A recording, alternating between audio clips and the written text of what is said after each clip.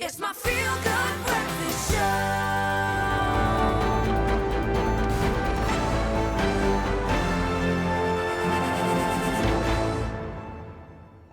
Dum, dum, dum, dum, dum. Oh yes, it is time. Zanzi foreigners owning property in South Africa is not an uncommon occurrence, of course. However, what happens when that property happens to be a decommissioned airport that has been renovated by the foreign owner at their own expense? This is what's going on this morning.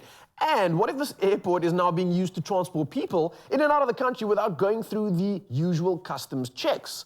Now, these are just a few of the questions that have arisen following the recent visit of the President of the United Arab Emirates. We're talking about Sheikh Mohammed bin Zayed Al Nahyan and his entourage of 500 to the Eastern Cape of South Africa. Clearly, so many questions, we had to bring in the one and only Roy Simpson. Martha, how are you doing? Lekker, thank you. Oh man, what's going on here? This is insane. Firstly, what has actually happened here? Has this guy just literally built a runway from scratch so that he can land in South Africa and visit, or what's going on? No, the runway's been here for quite some time. Okay. It's been here since the apartheid era. It was the homeland's runway, you know. Okay. But he's thrown 20 million rand at refurbishing this. Okay. Now, I know there's been a lot of hype about, oh, he built his own runway and this is outrageous. You know, 20 million rand doesn't get you a lot when it comes to sort of tarmac that can deal with heavy planes and things. Yeah. And also, you're talking about someone who is enormously wealthy. His dad was the fourth wealthiest royal in the world. He's personally, his net worth is somewhere between 14 and 30 billion US dollars. Oh, wow. That's his personal net. So he might not even feel this at all. 20 million rands, chump change. Yeah. It's a complete joke. And also what they really did was they just did things like paint the markings on the tarmac and beef up the sound system, Okay. all the things that are required for safety protocols to meet the international airport standards. Okay. So he just spent a little bit of money on being able to land here so that it's convenient for him. So that's Okay. what's happened. Okay. I mean, obviously there are a lot of implications and things. There are a lot of angles we could take. I mean, maybe just pepper me with questions. Yeah, I've got so many questions, man. I mean, firstly, okay, so I understand the fact that now he's been able to fly into his own designated runway, right? Yes. What happens with the customs situation there? I mean, is it the same as in any other airport? Can he just rock up here and bring in whatever he needs? What are the repercussions for this now? Well, that's been the whole question. Yeah. Is this another Gupta's? Is this another Waterkloof Air Force Base? It's smelling a bit like suspicion in the air. so it's really sensitive to that. You've had Aaron Motsoaledi, who's Minister of Home Affairs, come out and do a lot of press conferencing to try and assure people that that's not the case. So his claim is that this was properly designated by him as the minister as an international port of entry, that all the paperwork that was done that was necessary, and that means by implication that there were Home Affairs officials on the ground, South African Revenue all those Services, prerequisites had to have been met. the Border Police, all of those things. Yeah. So that's the claim. We're being told that this was all processed correctly, and that what they did was they just rolled over and played nice for this very rich person and made it convenient for them to land at the airport of their choice. Okay. But otherwise, all protocols observed. Yeah. So we're told. So my other question is, why land, and why would you choose specifically to want to land at this airport? It doesn't make sense. We have beautiful airports. We have beautiful private airports as well. We've got lots of options, right, as well. What investment does he have in the area, or what is he trying to sort of garner or gain from this? Because clearly is this just a show of wealth, or is there more to this? Is the investment or relationship being garnered? Oh, we're on two topics now. Yeah. The one is he owns a game farm there. Okay. You know, quite a large, lavish game farm. Makes sense. And they wanted to celebrate Eid, so they wanted to do it on the game farm. That's a cool idea. It is. And when you're that wealthy, then you just bring everything with you. You bring the entertainment, you bring the food, you bring your own furniture. I think the only thing that they would have done, if they could have done it any differently, was bring all the wild animals right up to their garden or something. They already had them. They bought those. This is the next best thing, I guess. So in that then becomes the question of, what's the backhand part of this? What's happening that we don't know about? And that's where the Premier of the Eastern Cape, Oscar Mabayane, comes into it, where he's been to the UAE, he's spent time with the royals. There are pictures of Cyril Ramaphosa schmoozing with Mohammed. So there's all of this stuff in the background around investment, and we've heard a figure of $10 billion being mentioned as an investment figure. That is more than the annual budget for the whole of the Eastern Cape government. Whoa, okay. So it's a big, big deal. Okay. And this is what it's about. He's already invested in the area, and there's a lot of money of potential future investment lurking around. Okay, so this is like an interesting way of seeing how the country operates to create these relationships, but at the same time, find investment in a very unique sort of format, I guess, for now. That's what it's starting to appear to look like. I don't know what your perception is on the entire matter. Well, Arun Motsoaledi is very keen on lecturing the nation on pragmatism.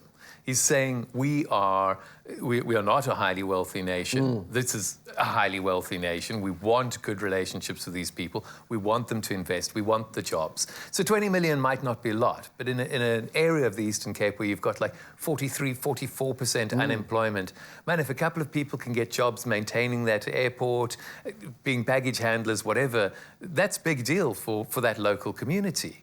So it's that kind of thinking that Arun Motsoaledi is trying to say is be pragmatic, accept that this money is important and that we need to help these people and make it good and convenient. Well, Roy, thank you so much for coming through. Of course, you're not going anywhere, Mzansi, so don't worry. Roy's going to be here for a couple of rounds and talking about more of the headlines that are making waves at the moment. But for now, though, let's dive into something even more entertaining, perhaps. Let's find out.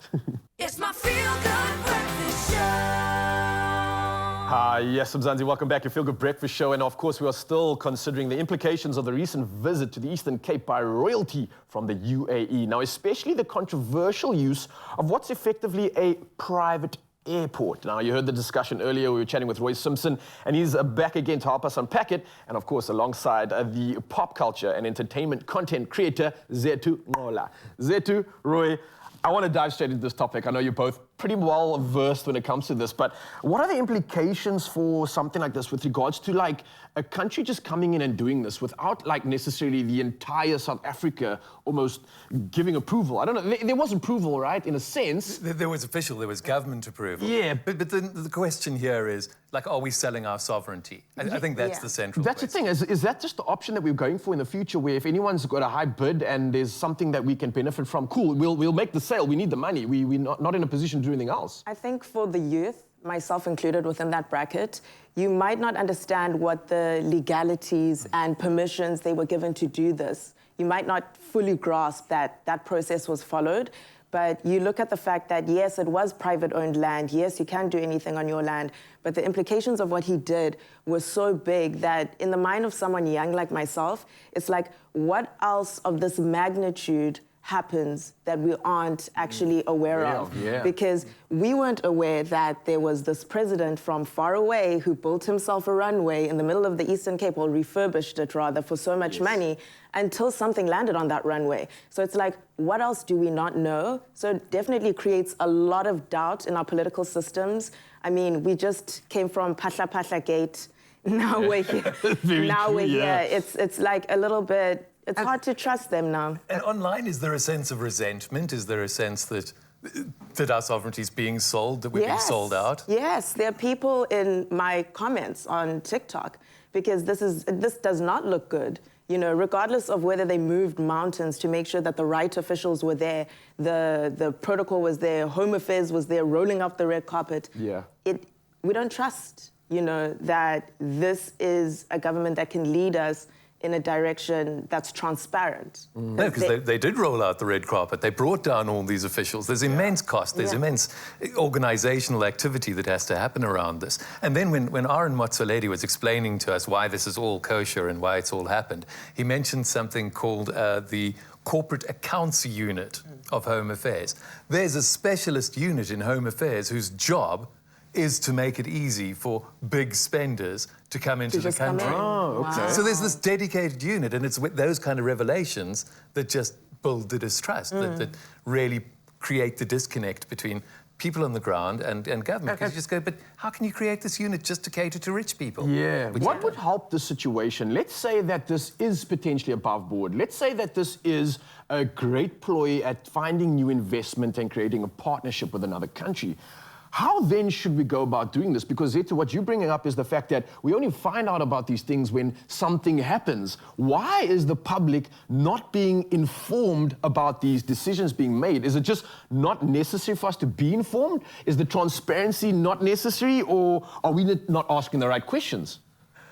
I think it's embarrassing, isn't it, for government? It's really embarrassing. We could be informed. They just choose not to. And it's the lack of transparency. We are dealing with a government that is never transparent. You look at COVID funds, you look at what happened during the July unrest, you look at everything, particularly in the last 12 years. Nothing has ever been transparent. And if this was always above board and there was some kind of union that was going to be formed between our nation and that nation, they could have said that. But because none of that happened, and it was like, this family is coming for Eid, and we're going to make that happen for them. When so many South Africans around the country spend half of their day to their entire day, you have to book leave to get an ID document. I still have my green book because I'm like, when would I ever get that luxury service from Home Affairs? Yeah, also to have losing my money card? to stand in the line for days on end. No You're way. 100% right. Yeah. All right. And yeah, ideally we'd be choosing our relationships and building our relationships based on mutual values. And instead of, I mean, there's a question around human rights issues with so many of our partners. China, America, those are our big trade partners. Yeah. Those are big human rights abusers on a global scale. The UAE. Also not the brightest of paths as well, to be honest. Absolutely. Yeah. So I think on the ground, ideally, we'd want to be forming honest partnerships based on the values that we espouse, and we're being told by the Arden Motsaledi's of the world that no, we need to be pragmatic and we need to roll over for the money, and that's what's uncomfortable, I think. Yeah, because we're going to do that unless we have the buy-in. But of course, this conversation does continue. We're not going anywhere. And on this morning show, we asked you the good morning question, because last week the president of the UAE, Sheikh Mohammed bin Zayed Al Nahyan, and his family landed in the Eastern Cape on a 20 million rand runway that he built with his own money, or however, possibly just refurbished. Whatever the case is, we want to know what you think of this lavish display of wealth. Now, we were dying and requesting transparency in our country, especially when it comes to decisions government makes. But let's hear what Mzansi has to say. We've got Irma Marcus comes through, says, I wish they could fix our load shedding problems, not hand the money over, actually bringing their technicians, engineers over to our country and help sort us out. Enough is enough now. Okay, so Irma's taking the approach of, okay, she'll invite this if it can help the people. So I think she's seeing this as a potential good partnership, seeing the silver lining, I guess, in this. I don't know what you guys might make of that. I mean, my assumption reading that tweet is that that's what they should have done. Yes. You know, instead of allowing people to do whatever for vibes, they could actually fix real problems going on. And if that's really what's going on behind closed doors, and he's here to secretly solve the energy crisis around... Yo, why is it a secret? Yeah, right. Why are you hiding this revelation from the people? We need this. And it's like you said, again, and they bring up this conversation, I think the people are constantly demanding what they want. It's not that hard. You just got to open up your ear and listen. The people really have some information. They really have opinions that need to be taken into account. And I think that's where the frustration lies at the moment, is that it feels like everything we say is landing on deaf ears, because regardless of our opinion, there's someone else that makes a different decision that possibly goes against the people. We're going to carry on this conversation. So, of course, we've got two specialists right here on the couch. I'm so excited to have this conversation going, and I hope you are too, Mzansi. Get involved. Use the number 063 408 8863 to share your opinion on this matter right now, and we'll catch you after this.